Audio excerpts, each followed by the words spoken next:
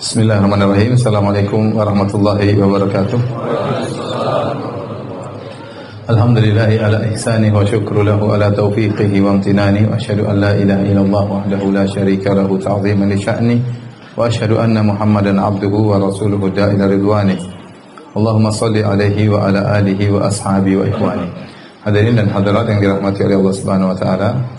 Alhamdulillah, puji dan syukur kita panjatkan kepada Allah Subhanahu wa taala atas segala lipat karunia dan kemudahan yang terus Allah berikan kepada kita. Salawat dan salam tercurahkan selalu kepada junjungan kita, suri tauladan kita, imam kita Nabi Muhammad sallallahu alaihi wasallam, kepada keluarganya serta seluruh sahabat beliau tanpa terkecuali. Kita melanjutkan bahasan kita tentang sirah nabawiyah. Masih kita bercerita tentang kejadian-kejadian yang dialami oleh Nabi sallallahu alaihi wasallam ketika beliau masih remaja. Kisah berikutnya adalah tentang pertemuan Nabi sallallahu alaihi wasallam dengan pendeta Buhaira yang tinggal di negeri Syam. Disebutkan dalam sebagian hadis, dan hadis ini diperselisihkan oleh para ulama tentang kesahihannya. Namun dia masyhur disebutkan dalam buku-buku sejarah. Namun yang dirajihkan oleh Imam Az-Zahabi rahimahullahu taala bahwasanya hadisnya adalah hadis yang dhaif, ya, hadis yang dhaif. Kenapa saya perlu menekankan hal ini? Karena hadis ini dijadikan dalil oleh sebagian orang-orang Nasara untuk menjatuhkan agama Islam, ya. Kita bacakan secara singkat hadisnya dari Abu Musa Al-Asy'ari radhiyallahu taala anhu. Dia berkata bahwasanya Abu Thalib pergi ke negeri Syam membawa Nabi sallallahu alaihi wasallam bersama sejumlah orang-orang tua dari kalangan Quraisy untuk berdagang. Saat mereka sampai di tempat lokasi yang dekat dengan rumahnya pendeta Buhaira, mereka berhenti untuk beristirahat dan mereka pun menambatkan dan mengikatkan unta-unta mereka. Tak lama kemudian, Buhaira sang pendeta keluar menemui mereka. Padahal sebelumnya mereka sering mampir di tempat ini dan sang pendeta tidak pernah keluar menemui mereka. Namun kali ini pendeta keluar dan menemui mereka. Kenapa hal ini disebabkan? Karena dalam rombongan tersebut ada Nabi Muhammad sallallahu alaihi wasallam. Itu umur beliau masih remaja, masih belasan tahun, 11, 12, 13 sekitar segitu. Saat rombongan Abu Thalib sedang sibuk membereskan unta mereka, sang rahib pun masuk di sela-sela mereka.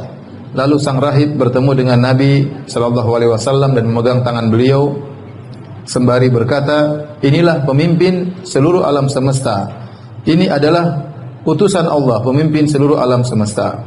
Allah mengutusnya sebagai rahmat bagi alam semesta." Maka orang-orang Quraisy kaget mendengar perkataan sang rahib. Mereka bertanya, "Bagaimana engkau tahu hal demikian? Mengapa engkau mengatakan anak kecil ini akan menjadi pemimpin alam semesta?"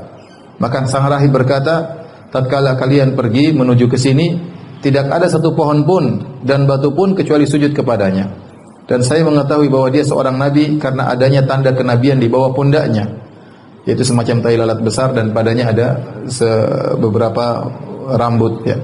Kemudian sang rahib pulang dan membuat makanan untuk mereka. Mereka melihat sebuah bayangan di bawah pohon yang bisa dijadikan tempat bernaung. Kemudian Nabi ingin beristirahat di bawah bayangan tersebut. Jadi ada pohon, ada bayangannya. Nabi ingin pergi ke naungan pohon tersebut.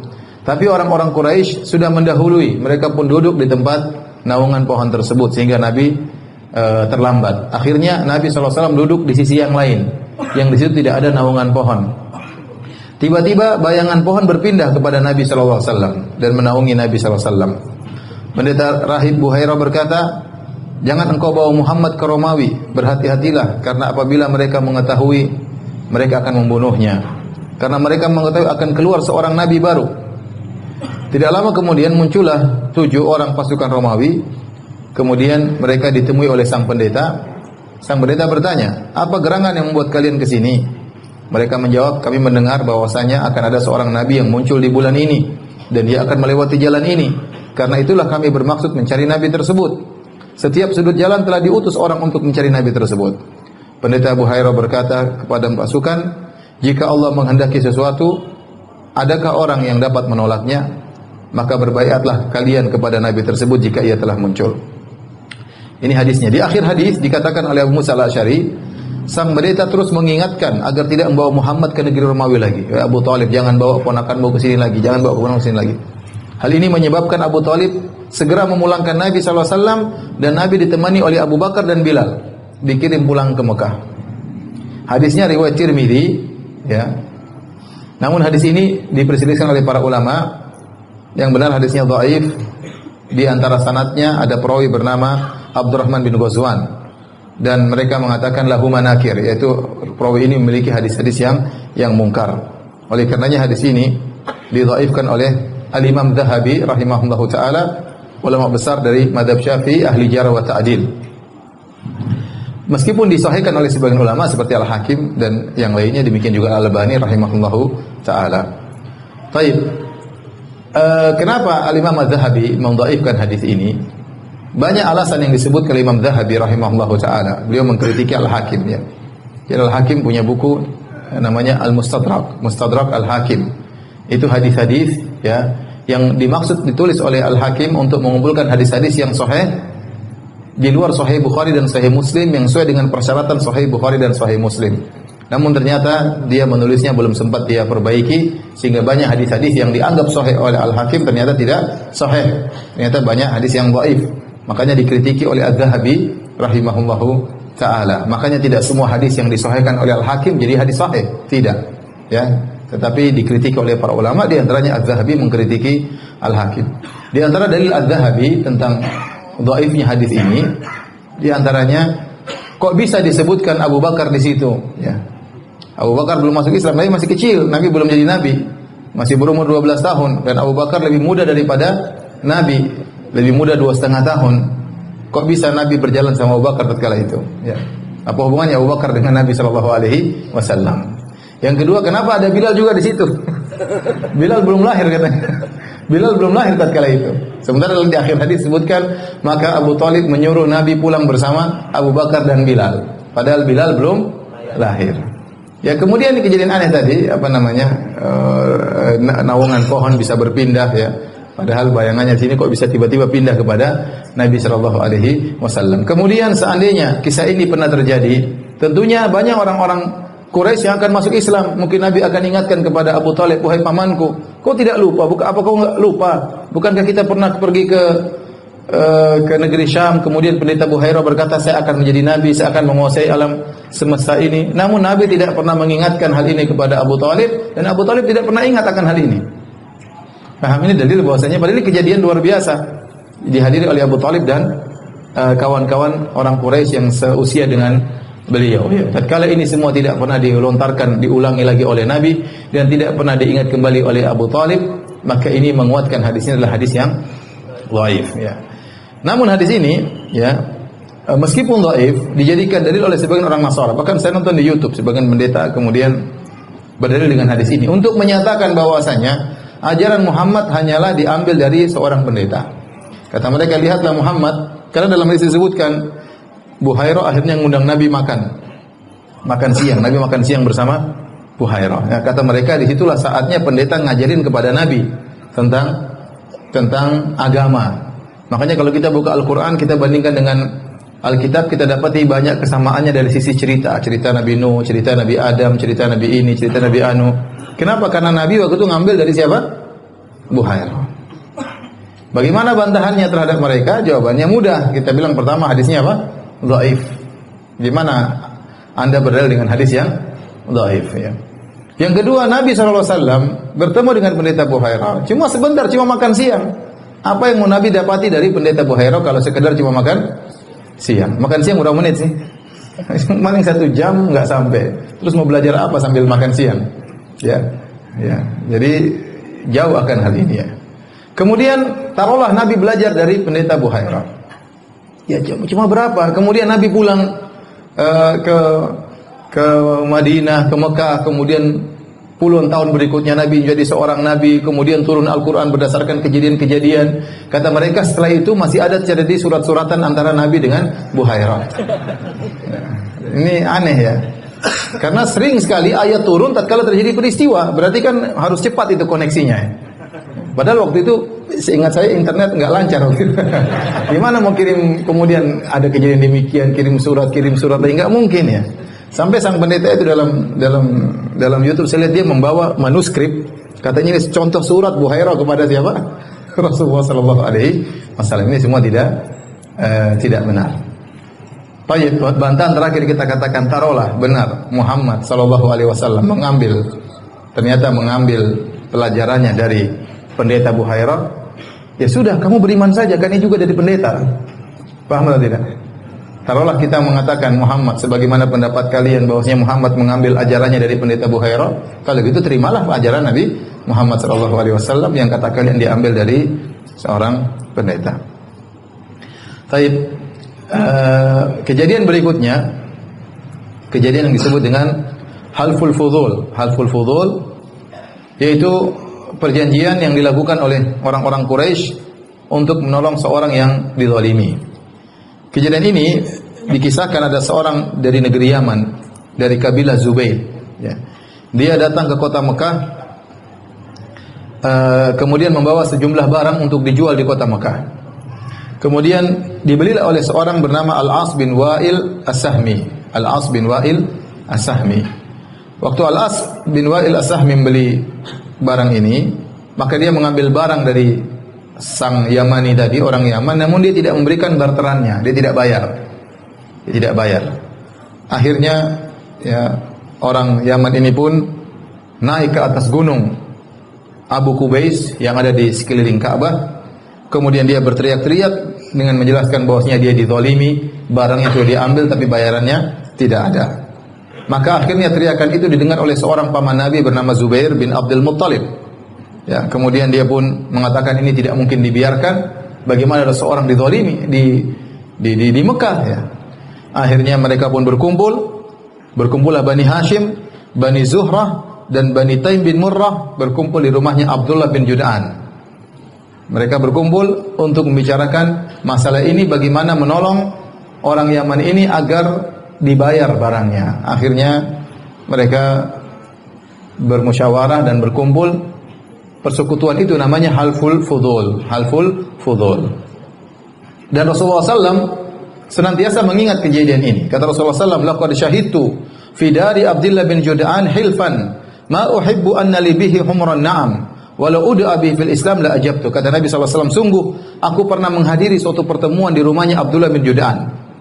Kalau saya disuruh ganti dengan mendapatkan unta merah, saya tidak mau. Saya lebih senang berkumpul dalam musyawarah tersebut. Seandainya dalam Islam, artinya saya sudah jadi Nabi, saya diundang untuk menghadiri acara seperti itu, saya akan datang. Kata Nabi SAW. Ya.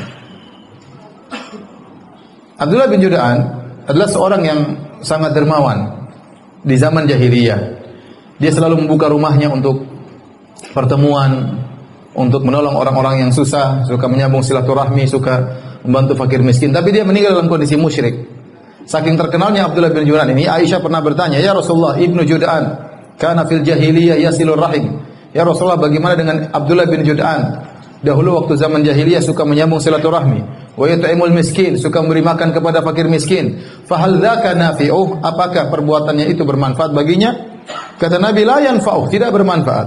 Innahu lam yaqul yauman Rabbi ghfirli khati'ati yaumaddin. Dia tidak pernah berucap sekalipun, ya Rabbku ampunilah kesalahanku pada hari kiamat kelak. Artinya apa? Dia meninggal dalam kondisi musyrik. Maka kebaikan yang dia lakukan semua tidak bermanfaat. Seandainya dia masuk Islam, seluruh kebaikannya akan bermanfaat baginya. Wa ma mana'ahum an tuqbala minhum nafaqatuhum illa annahum kafaru billah. Kata Allah Subhanahu wa taala, tidaklah menghalangi mereka ya diterimanya sedekah mereka kecuali karena mereka kufur kepada Allah. Ayat ini dijadikan dalil oleh para ulama. Seandainya mereka beriman, maka perbuatan baik mereka semuanya diterima oleh Allah Subhanahu wa taala. Ini adalah kebaikan Islam. Oleh karenanya Hakim bin Hizam pernah bertanya kepada Nabi SAW. Dia waktu zaman jahiliyah, dia terkenal dermawan. Dia memerdekakan 100 budak, dia menyembelih 100 ekor onta, dibagi-bagikan kepada fakir miskin.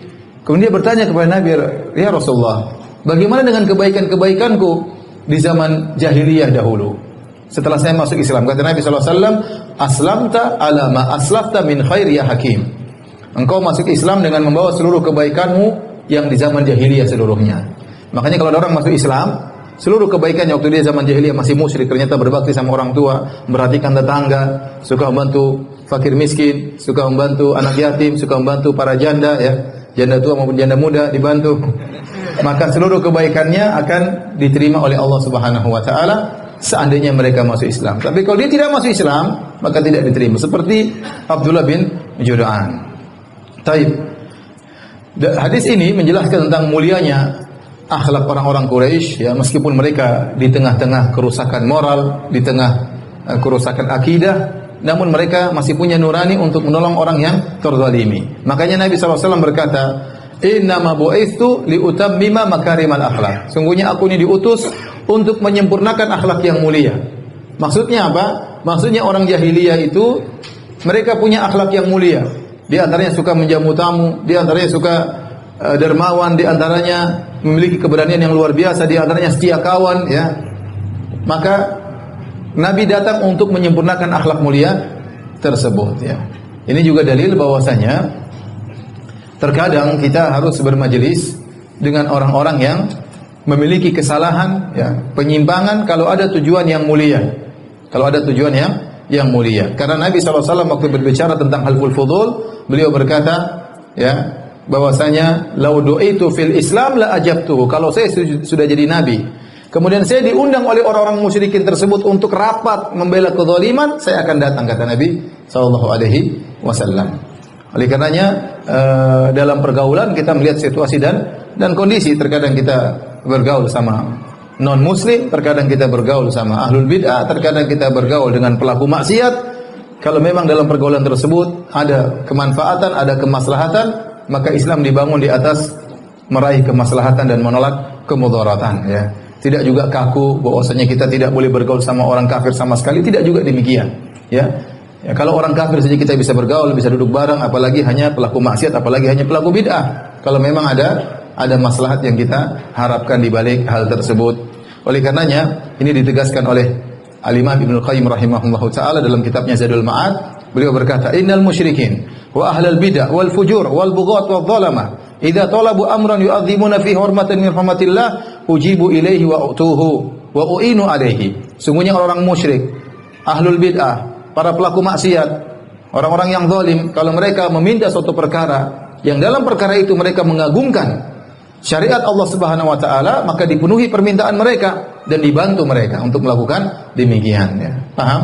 Ya, jadi terkadang apalagi kita di Indonesia, kita banyak, ya, lingkungan dengan berbagai macam kondisi, ya. Kita terkadang bertangga dengan non muslim, bertangga dengan pelaku maksiat, bertangga dengan tukang judi, ya. Kita harus pandai-pandai melihat situasi kondisi dalam bermuamalah dengan mereka. Tidak mesti kaku, tidak boleh berhubungan sama sekali juga enggak.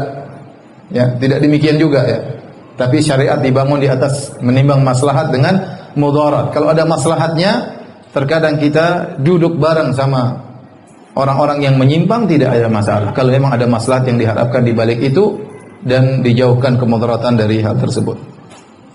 Tapi peristiwa berikutnya yang dialami oleh Nabi sallallahu alaihi wasallam sebelum beliau menjadi nabi adalah peristiwa yang sangat luar biasa, yaitu pernikahan antara Nabi dengan Khadijah radhiyallahu taala anha. Pernikahan antara Khadijah dengan Nabi sallallahu alaihi wasallam, ya. Khadijah bintu Khuwailid bin As'ad bin Abdul Uzza bin Qusay bin Kilab. Jadi ketemu dengan Nabi SAW di kakek Nabi yang bernama Qusay bin Kilab. Sedangkan Nabi Muhammad bin Abdullah bin Abdul Muttalib bin Hashim bin Abdi Manaf bin Qusay bin Kilab. Jadi dua-duanya adalah Quraisy. Nabi Quraisy, Khadijah Quraisyiyah. Sama-sama dari Quraisy, sama-sama memiliki nasab yang tinggi, ya. Adapun Nabi terkenal, kakeknya Abdul Muttalib, penguasa kota Mekah, ya. Kemudian pamannya Abu Talib masih hidup, juga orang terpandang di kota Mekah, ya. Hanya saja Nabi bukan orang kaya. Nabi bukan orang kaya, miskin. Nabi menggembala kambing, Nabi kerja membantu pamannya, ya. Warisan bapak dan ibunya sudah tidak ada, artinya dia miskin, dipelihara oleh kerabatnya, oleh pamannya. Adapun Khadijah radhiyallahu taala anha adalah seorang wanita dari Quraisy yang juga memiliki nasab yang mulia dan juga terkenal tatkala itu. Terkenal dengan sifatnya yang sangat menjaga kehormatannya. Makanya dia digelari dengan Thahirah, Thahirah artinya suci, wanita suci. Demikian juga digelari dengan Afifah, itu wanita yang menjaga kehormatannya. Lebih daripada itu, Khadijah radhiyallahu taala anha ternyata sangat kaya raya, sangat kaya raya. Ya. Oleh karenanya banyak orang yang ingin melamar Khadijah, namun Khadijah tidak menerima lamaran mereka. Khadijah radhiyallahu taala anha sudah menikah 2 kali sebelum menikah dengan Nabi sallallahu alaihi wasallam. Yang pertama Khadijah menikah dengan seorang yang bernama Atiq bin Aif al-Makhzumi. Kemudian menikah dengan lelaki yang kedua, ini meninggal. Kemudian menikah lagi dengan lelaki kedua bernama Abu Halah ibnu Nabbash at-Tamimi. Ya, kemudian juga meninggal. Ya, dari pernikahannya dengan Abu Halah maka lahirlah seorang anak yang bernama Hind, tapi laki-laki Hind. Jadi Khadijah punya anak bawaan dari suaminya yang kedua. Ya, di sini kita tahu bahwasanya Nabi adalah suami yang keberapa? Yang ketiga. Setelah Khadijah suami pertama meninggal, suami kedua meninggal, Khadijah tidak mau menikah lagi. Banyak lamaran datang. Ya. Siapa yang tidak ingin menikah dengan Khadijah? Ya. Wanita yang cantik, kemudian terkenal suci, kemudian kaya raya lagi, sehingga banyak yang melamar Khadijah, namun Khadijah menolak. Dan Khadijah radhiyallahu taala anha, dia mempekerjakan para pemuda laki-laki untuk memperdagangkan barang dagangannya dengan sistem mudharabah. Jadi barang dagangannya dibawa ke negeri Syam, nanti bagi hasil. Sampai akhirnya dia mendengar tentang seorang pemuda yang sangat mulia yang bernama Muhammad sallallahu alaihi wasallam. Ya, seakan-akan Khadijah mendengar banyak tentang Muhammad. Apalagi Muhammad sallallahu alaihi wasallam diberi gelar dengan apa? Al-Amin. Orang yang sangat amanah, sangat terpercaya. Ya, maka namun Khadijah radhiyallahu taala anha disebutkanlah seorang wanita yang tidak tergesa-gesa. Ya, kebanyakan wanita tergesa-gesa ya. Ya, kalau sudah cowok tertarik pingin segera menikah. Terkadang tidak pertimbangan panjang lebar ya. Tapi Khadijah sudah sangat dewasa, sudah menikah 2 kali, tentu dia tidak tergesa-gesa. Ya, dia tentu banyak pertimbangan. Maka Khadijah radhiyallahu taala anha ingin mengetahui 2 perkara yang mengungkap akhlak Nabi sallallahu alaihi wasallam, yaitu tentang bagaimana muamalah Nabi tentang masalah uang dan bagaimana akhlak Nabi tatkala sedang safar. Karena seseorang akhlaknya diketahui dari 3 perkara di antaranya. Ya, di antaranya dengan muamalah dia dengan duit, yang kedua tatkala dia bersafar, yang ketiga kalau dia tetangga kita tahu betul bagaimana orang ini. Karena dalam satu riwayat ada seorang bersaksi di hadapan Umar bin Khattab radhiyallahu taala anhu. Dia mau menjadi saksi. Maka Umar berkata, "Saya tidak kenal engkau. Wala yadhurruka an la a'rifuka." Tetapi tidak ada masalah, saya tidak kenal engkau, tidak beri kemudaratan kepada engkau. Engkau tidak harus saya kenal. Tetapi masalahnya kau mau jadi saksi. Maka dari mana saya tahu kau adalah seorang yang terpercaya? Siapa yang menjadi saksi bahwasanya siapa yang mengenal engkau sehingga kau menjadi orang terpercaya untuk saya terima persaksianmu? Faqala rajulun, ada seorang berkata, "Ana a'rifuhu ya Amirul Mukminin." Wahai Amirul Mukminin, saya tahu lelaki ini. Biarkan dia bersaksi, terima persaksiannya. Saya kenal lelaki ini. Maka Umar bertanya, "Bi ayyi syai'in ta'rifuhu?" Dari mana kau kenal lelaki ini? Kata dia, "Bil adalah, orang ini thiqah, terpercaya." Kata Umar, "Huwa jaruka al-adna ta'rifu lailahu wa naharahu madkhalu makhrajahu?" Apakah orang ini adalah tetanggamu yang berdempetan dengan rumahmu? Kau tahu bagaimana kondisinya, kapan dia masuk rumah, kapan dia keluar rumah, ya, bagaimana siangnya, bagaimana malamnya? Qala la, kata laki-laki itu, dia enggak pernah jadi tetangga saya.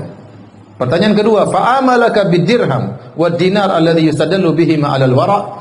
Apakah kau pernah bermuamalah dengan dia masalah dinar dan dirham, masalah dolar dan rupiah, sehingga kau bisa tahu dia orang yang wara, yang berhati-hati dalam masalah keuangan? Qala la, saya tidak pernah bermuamalah duit sama dia. Pertanyaan ketiga, fa sahibuka fi safar alladhi yustadallu bihi ala makarimil akhlaq? Apakah engkau pernah berjalan sama dia dalam safar sehingga kau tahu bagaimana akhlaknya yang sesungguhnya? Karena safar ini disebut dengan safar karena dia isfar, dia mengungkap akhlak seorang. Apalagi safar zaman dahulu, ya, apalagi safar zaman dahulu di bawah terik matahari, di gurun pasir, ya. Seorang akan nampak akhlaknya tatkala sedang safar. Apakah dia mengutamakan dirinya sendiri, apakah dia mau menang sendiri, ini nampak tatkala sedang safar. Apakah dia mempedulikan orang lain, apakah dia makan bersama atau dia makan sendiri, ini semua akan nampak tatkala sedang safar. Apakah dia emosional, apakah dia memaafkan, ini semua akan nampak tatkala sedang safar. Kata dia tidak pernah jadi tetangga, tidak pernah bermuamalah dengan masalah duit, kemudian tidak juga pernah bersafar denganku. Maka kata Umar, falasta ta'rifuhu, kalau begitu kau tidak mengenal orang tersebut ya. Jadi benar, kalau kita ingin kenal orang, kita lihat bagaimana muamalah dia. Tatkala safar, tatkala masalah duit ya. Kalau ngutang nggak balik-balikan ini. Salat mantap, selalu saf pertama. Tapi masalah duit repot juga, tidak pernah kembalikan duit ya. Utang dilupakan atau terlupakan ya. Baik. Akhirnya Khadijah radhiyallahu anha mengetes Nabi dari dua hal. Masalah duit dan masalah safar. Karena Nabi bukan tetangga Khadijah. Maka akhirnya Nabi SAW bekerja bersama Khadijah. Maka kemudian Khadijah memberikan hartanya kepada Nabi untuk diperdagangkan. Ditemani oleh seorang pembantu Khadijah bernama Maisarah. Maisarah laki-laki atau perempuan? Laki-laki ya. Kalau Maimunah Maisarah itu apa? Laki-laki ya. Maisarah laki-laki. Itu nama laki-laki. Meskipun orang Indonesia sering menamakan Maisarah untuk nama perempuan. Dan ini sering terjadi di tanah air kita. Firdaus itu nama perempuan kalau di Saudi. Kalau di sini jadi nama laki-laki. Iman itu nama perempuan kalau di Saudi. Di sini jadi nama laki-laki. Ya. Ya apa-apa lah. Baik. Setelah Nabi berdagang bersama Maisarah, mungkin pergi jauh ke negeri Syam, safar. Kemudian dia pulang laporan kepada majikannya Khadijah. Waktu Maisarah cerita tentang Nabi, semakin tertariklah siapa? Khadijah. Justru semakin nampak indahnya Nabi setelah bermuamalah dengan duit, setelah bersafar. Nampak akhlak Nabi yang luar biasa, nampak sekali amanahnya tatkala bermuamalah tentang masalah duit. Ya, ini menjadikan Khadijah semakin tertarik kepada Nabi sallallahu alaihi wasallam. Akhirnya terjadilah pernikahan antara Khadijah dengan Nabi sallallahu alaihi wasallam. Dan ini adalah peristiwa yang sangat luar biasa. Allah anugerahkan kepada Nabi sallallahu alaihi wasallam seorang wanita yang sangat salehah, yang super salehah, yang sangat bertakwa kepada Allah Subhanahu wa taala. Sebaliknya Khadijah juga dianugerahi oleh Allah dengan seorang lelaki yang sangat saleh, yaitu Rasulullah sallallahu alaihi wasallam. Baik. Waktu Nabi menikah dengan Khadijah radhiyallahu taala anha, maka usia Nabi adalah 25 tahun. Menurut pendapat kebanyakan ulama, usia Nabi adalah 25 tahun. Adapun usia Khadijah, maka ada beberapa pendapat, namun dua pendapat yang kuat, yang masyhur dalam buku-buku sirah ada dua. Yang pertama, Khadijah waktu menikah dengan Nabi berusia 40 tahun. Dan ini adalah pendapat yang disebut oleh Ibnu Sa'ad dalam tabaqatnya melalui jalan Abu Umar Muhammad bin Umar Al-Waqidi ya. Ini pendapat pertama, Khadijah berusia 40 tahun. Tapi Al-Waqidi matrukul hadis ya, hadisnya tidak diterima. Pendapat kedua disampaikan oleh Ibnu Ishaq bahwasanya Khadijah waktu menikah dengan Nabi usianya 28 tahun. Ini pun tanpa sanad. Jadi dua-duanya hanya pendapat. Ada yang mengatakan Khadijah berusia 28, ada yang mengatakan Khadijah berusia 40 tahun. Yang mengatakan Khadijah berusia 28 tahun, ya. Berarti Khadijah janda muda. Ya. Kalau 40, janda setengah muda. Bukan janda tua, 40 masih muda, saya bilang udah tua. Saya dikit lagi 40. Masih muda ya. Jadi tapi kalau 28 lebih muda lagi, ya. Yang mengatakan Khadijah berusia 28 tahun, mereka berdalil dengan kenyataan. Setelah Nabi menikah dengan Khadijah, Nabi dianugerahi 6 orang anak putra dan putri. Dan ini menunjukkan Khadijah masih sangat muda. Seandainya Khadijah baru 40, susah memiliki anak sampai 6 orang. Ini pendapat mereka. Sehingga mereka berpendapat Khadijah umurnya 28 tahun ya. Di antara bukti masih banyak lelaki yang melamar Khadijah. Berarti dia tidak tua. Ya, dia tidak tua. Seandainya dia sangat tua, mungkin tidak banyak yang melamar Khadijah. Pendapat yang lain mengatakan Khadijah berumur 40 dan ini pendapat yang lebih kuat menurut saya, Allah alam bisawab, karena disebutkan dalam sebagian hadis Khadijah waktu meninggal dunia dalam kondisi giginya sudah ompong, dan itu berarti usia beliau sekitar 60 lebih ya. Jadi Nabi tinggal bersama Khadijah sekitar 25 tahun. Nabi hidup bersama Khadijah sekitar berapa tahun? 25 tahun. Jadi kalau Khadijah menikah dengan Nabi umur 40, berarti meninggal usianya berapa? 65 tahun. Dan itu yang usia yang memungkinkan bahwasanya seorang wanita giginya sudah apa? Sudah rontok. Seandainya Khadijah menikah usia 28 tahun, kemudian hidup bersama Nabi 25 tahun. 28 tambah 25 berapa? 53 tahun. 53 tahun mungkin gigi belum rontok. Ya. Wallahu a'lam bishawab. Ya, disebut dalam hadis Khadijah waktu meninggal dunia giginya sudah rontok ya. Maka wallahu a'lam mungkin usia beliau waktu menikah dengan Nabi berusia 40 tahun ya. Taib. Tatkala Nabi menikah dengan Khadijah, maka Khadijah radhiyallahu taala anha ya, dia memberikan segalanya buat Nabi sallallahu alaihi wasallam. Seluruh hartanya dia berikan kepada Nabi sallallahu alaihi wasallam untuk digunakan dalam dakwah di jalan Allah Subhanahu wa taala. Dan Khadijah ya mengurus anak-anak Nabi sallallahu alaihi wasallam. Dan Khadijah adalah wanita yang pertama masuk Islam berdasarkan kesepakatan para ulama. Sebelum Abu Bakar, sebelum Ali bin Abi Thalib, sebelum seluruhnya.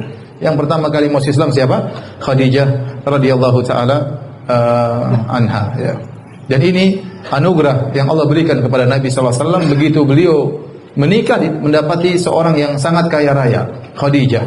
Karena untuk berdakwah butuh biaya, untuk berdakwah butuh biaya. Kemudian di antara taufik dari Allah Subhanahu wa taala yang masuk Islam juga pertama-tama orang kaya, Abu Bakar radhiyallahu anhu. Juga adalah seorang saudagar kaya raya yang dia juga memberikan hartanya untuk Islam. Kemudian Utsman bin Affan juga seorang kaya raya. Abdurrahman bin Auf juga saudagar kaya raya. Sehingga di awal dakwah Nabi sallallahu alaihi wasallam Nabi didukung oleh saudagar-saudagar kaya raya yang ini membantu Nabi sallallahu alaihi wasallam untuk berdakwah di jalan Allah Subhanahu wa taala. Makanya tatkala Bilal disiksa, Nabi tidak bisa membebaskan Bilal. Ya, waktu itu Nabi mungkin keuangan sudah tidak ada, Nabi berjalan kepada Abu Bakar, Nabi berkata, "Ya Abu Bakrin, inna Bilalan yu'adzabu fillah." Wahai Abu Bakar, sungguhnya Bilal sedang disiksa karena membela jalan Allah Subhanahu wa taala. Maka Abu Bakar faham. Abu Bakar kemudian membeli dan memerdekakan siapa Bilal bin Rabah. Taib. Hadirin dan hadirat yang dirahmati oleh Allah Subhanahu wa taala. Nabi sallallahu alaihi wasallam ya, tatkala sering setelah meninggalnya Khadijah, Nabi sallallahu alaihi wasallam sering menyebut-nyebut Khadijah. Sampai-sampai istri Nabi yang paling Nabi cintai yaitu Aisyah radhiyallahu taala anha cemburu kepada Khadijah radhiyallahu taala anha. Dan ini suatu perkara yang sangat aneh. Aisyah cemburu kepada istri Nabi yang sudah meninggal dunia. Coba kalau Khadijah masih hidup, lebih parah lagi. Khadijah sudah meninggal, kenapa sampai Aisyah cemburu? Karena Nabi sering sekali menyebut nama Khadijah radhiyallahu taala anha ya. Kata Aisyah radhiyallahu taala anha, "Kana Nabi sallallahu alaihi wasallam idza dzakara Khadijah athna 'alaiha fa ahsana tsana." Rasulullah SAW kalau sebut Khadijah, Rasulullah SAW pasti muji Khadijah. Tidak pernah nyebut kekurangan Khadijah. Kalau sudah sebut nama Khadijah, pasti muji Khadijah. Bahkan fa'ah sana, bahkan memperindah pujiannya kepada Khadijah. Qalat faghirtu yawman. Aisyah sering dengar Khadijah. Suatu hari Aisyah cemburu. Ini Aisyah cerita sendiri ya. Ingin menjelaskan kepada kita bagaimana agungnya Khadijah di sisi Nabi SAW. Lebih daripada Aisyah. Faghirtu yawman. Maka aku pun cemburu satu hari. Fakultu, aku berkata, ma aktsara ma tadhkuruha. Hamra'a sidq qad abdalaka Allah azza wa jalla biha khairan minha. Kata Aisyah, ya Rasulullah, seringkali kau sebut Khadijah. Siapa Khadijah? Khadijah dalam kondisi sudah nenek tua ya. Giginya tinggal gusinya saja ya. Allah sudah gantikan yang lebih baik daripada dia. Kata Nabi, ma abdalani Allah azza wa jalla khairan minha. Allah tidak pernah ganti yang lebih baik daripada dia. Kemudian kata Rasulullah SAW, qad amanat bi id kafara biyan nas. Dia telah beriman kepadaku tatkala seluruh manusia kafir kepadaku. Wasaddaqatni id kadzdzabani an-nas. Dia membenarkan aku tatkala semua manusia mendustakan aku. Wa wasani bimaliha id haramani an-nas. Dan dia membantuku dengan hartanya tatkala semua orang tidak ada yang bantu aku.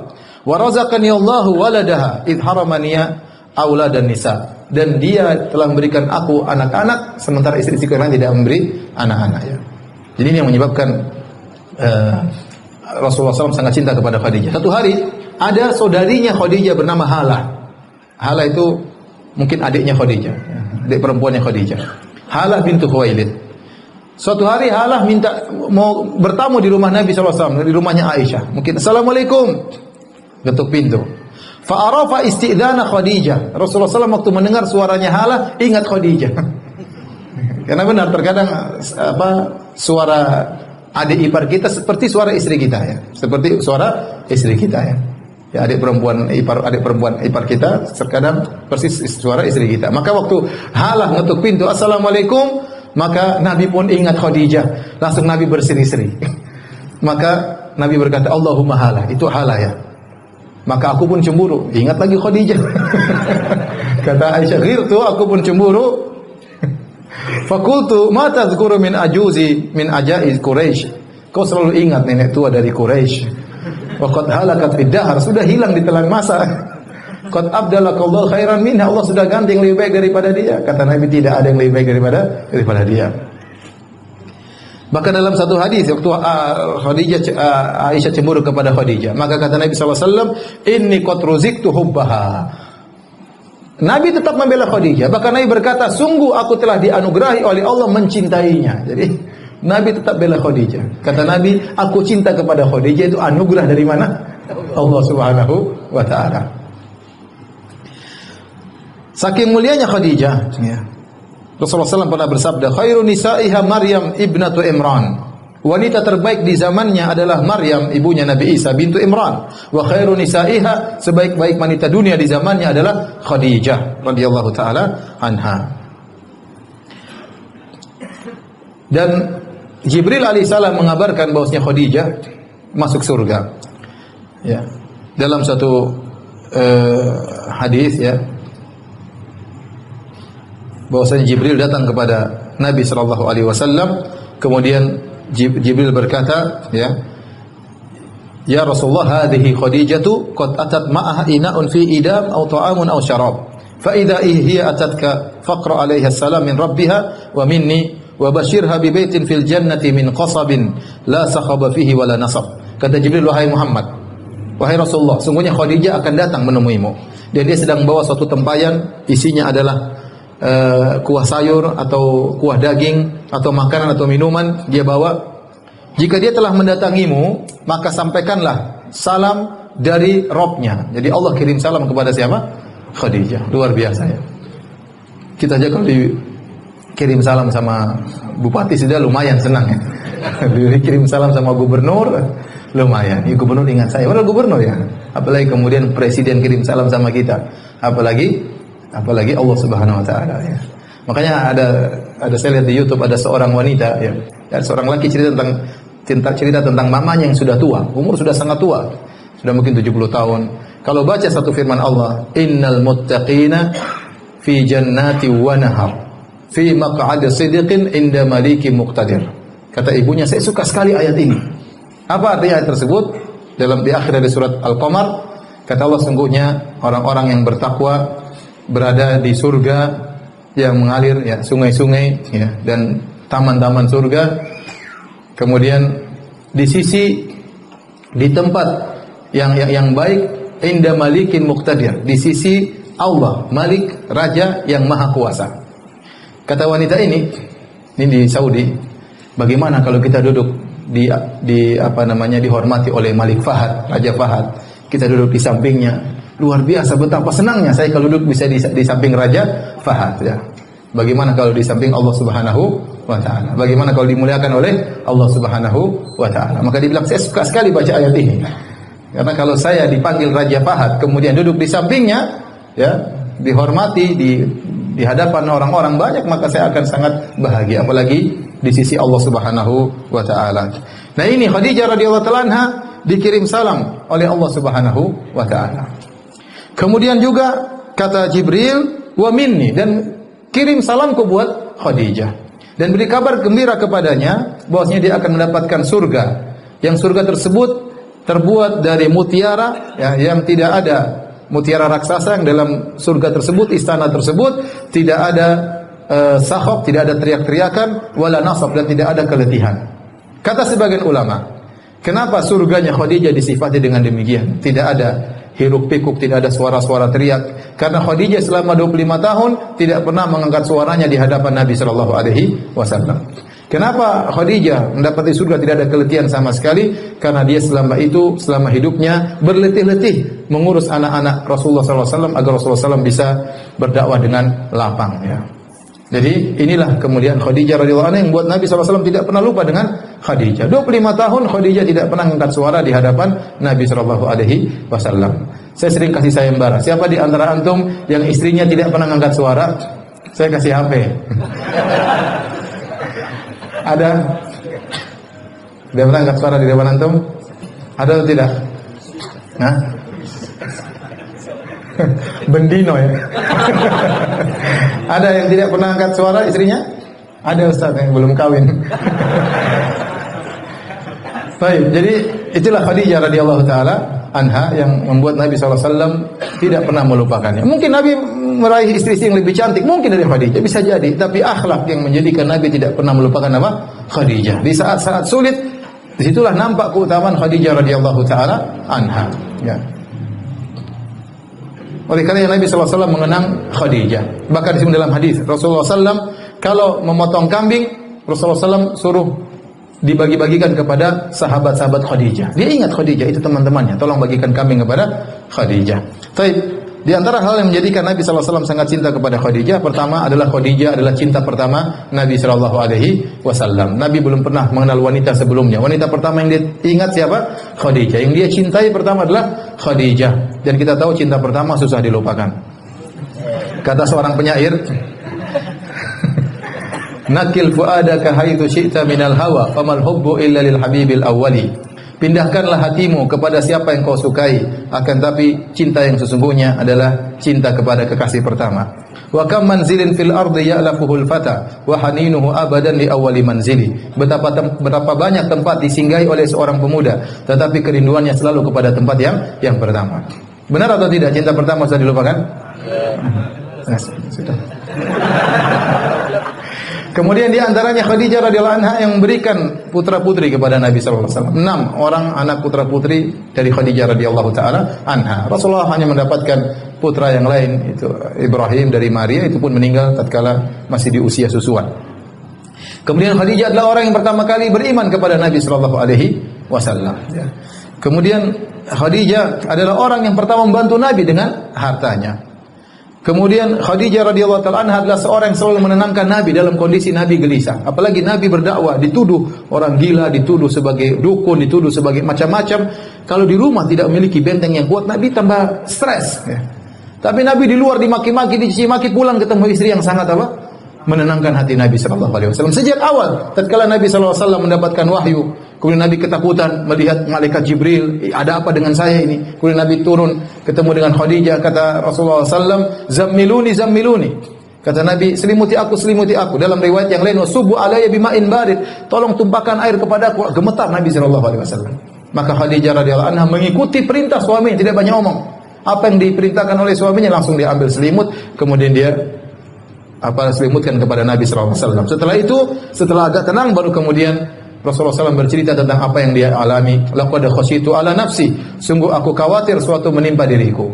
Maka Khadijah menenangkan Rasulullah dengan berkata, kalla fawallahi abshir la yukhzikallahu abada. Bergembiralah wahai suamiku, demi Allah, Allah tidak akan menghinakan engkau selama-lamanya. Innaka latasilur rahim, engkau senantiasa menyambung silaturahmi, wa tasduqul hadits, engkau senantiasa jujur, wa tahmilul kalla, engkau senantiasa bantu orang yang tidak mampu, wa taksibul ma'dum, ada orang tidak punya apa kau bantu, kau berikan kepada dia, wa takrid dhaif, kau senantiasa memuliakan tamu, wa tu'inu ala nawaibil haq, engkau selalu membantu orang terkena musibah. Kata Khadijah, orang seperti kamu ini tidak mungkin dihinakan oleh Rabbul Alamin. Kenapa kau selalu berbuat baik kepada orang lain? Itu Khadijah ngomong dengan ilmu yang terbatas yang dia miliki untuk menenangkan apa? Suaminya. Maka seorang istri yang baik kalau suaminya punya masalah berusaha dia tenangkan ya. Lihat waktu Rasulullah datang, ada suatu selimuti aku ya. Khadijah langsung nurut kasih selimut. Sebagian wanita, Mas ada apa Mas? Ngomong dulu Mas. Yang dulu, tunggu dulu ngomong ada apa? Khadijah tidak langsung ambil apa? Selimut. Maka kalau seorang suami lagi marah-marah di rumah, jangan kita provokasi dia. Ya. Mungkin pulang dari kantor, Umi itu Abu Fulan itu kurang ajar itu. Iya itu istrinya juga kurang ajar Mas. Wah tambah jadi ya. Jadi tambah stres apa namanya? suaminya. Ya. Dia tenangkan suaminya, udah tenang mas, itu kehidupan dunia mas, sudah takdirnya tenang mas. Ditenangkan, bukan malah jadi ya seorang ya, wanita yang baik seperti itu soleha ya bisa menenangkan hati suaminya. Berapa menit lagi? Baik, kita sholat nanti baru kita lanjutkan tanya jawab. Allah taala alam bisawab.